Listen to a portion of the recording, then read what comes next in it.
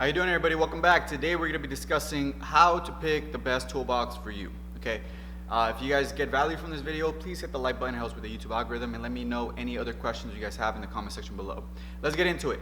So, what is the best toolbox for you, and how to choose a toolbox? Well, if you're a starting mechanic, the best toolbox to get is going to be a roll-around cab like the one I have with my 7 drawers, or with a flat top on top, or a cart. Okay, a cart can have like 2 drawers on each side, or they can have like 3 drawers and like a door on the top. Okay, so you can have one of those two to start off. But the main point I want to make with this video is I want to let you guys know that the toolbox that you're gonna get, you're probably gonna outgrow it, because once you start getting into the industry and you start really, getting into a career and buying more tools, you're gonna see that you're gonna need more space. You're gonna have different preferences. You're gonna want to either buy a new toolbox that's bigger or switch it up in one way or another. So the point is that you're gonna start off with the toolbox and you're probably gonna outgrow it. And the analogy I like to use is clamshells. Those little hermit crab guys that when they're small, they get like a little shell. When they get too big, they outgrow it and they find another shell that's a little bit bigger and then go into the next shell. And then that shell gets too small and then they go to a bigger shell, right? But they trade up. They trade to a bigger shell, so long as as the size, depending on the size they're at. Okay, so same thing with you guys. When you guys go through the industry, through your career, you're gonna be going to new shops. You're gonna be, switching up your what kind of cars you work on, what kind of trucks you work on, what kind of type of work you do. You're gonna be needing different types of storage. Okay, so you're gonna be growing into a bigger toolbox. That's why you see guys starting off with a small little Craftsman box, then they end up with a huge toolbox that's about like 30 feet long and it has a bunch of drawers and it's just massive, right? And that happens because they're just growing into their career and then doing different things, and they just need more tool storage. So I don't want you guys to believe that the toolbox you're gonna buy right now is gonna be the toolbox you're always gonna end up with. In some cases that is the case, but that normally happens if you stay in the same career, in the same line of work in the industry. Like if you're only working on like just Toyotas, you might only have like one box because you have all the tools you need to work on a Toyota. But if you're doing like smogs, and then you're doing basic repair, and then you're doing like specific repairs at like a dealership, then you go to like a custom shop, or then you work at a classic shop, then you work at a mom and pops, you're going to be acquiring more tools because you're going to be needing different tools to work on different cars and different machinery and different aspect of the industry.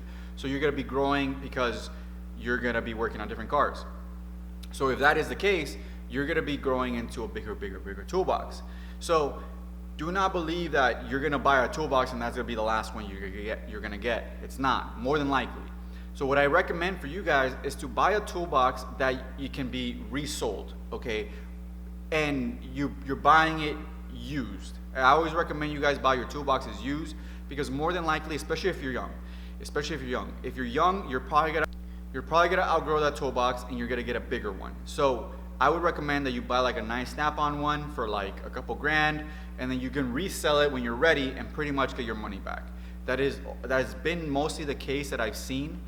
Most of the toolbox that I've seen, people buy them and then they resell them, and then that reseller will sell it again and they get the exact same price. So you pretty much get out of your toolbox for the same money you put into it. So long as you take care of it, you keep it clean, you make sure that it's not dirty, you don't damage anything, you don't scratch it up, you don't ding it or anything like that. If it's in good quality, you'll be able to resell it for the same price. So I do recommend you take care of your toolboxes if you do plan on getting a bigger one, which you eventually will.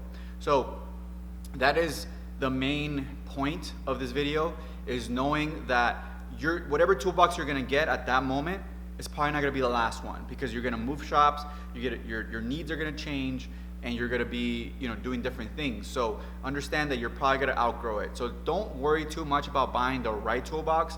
Buy a toolbox that's gonna fit everything you need, and it's gonna be adequate for the area you're at.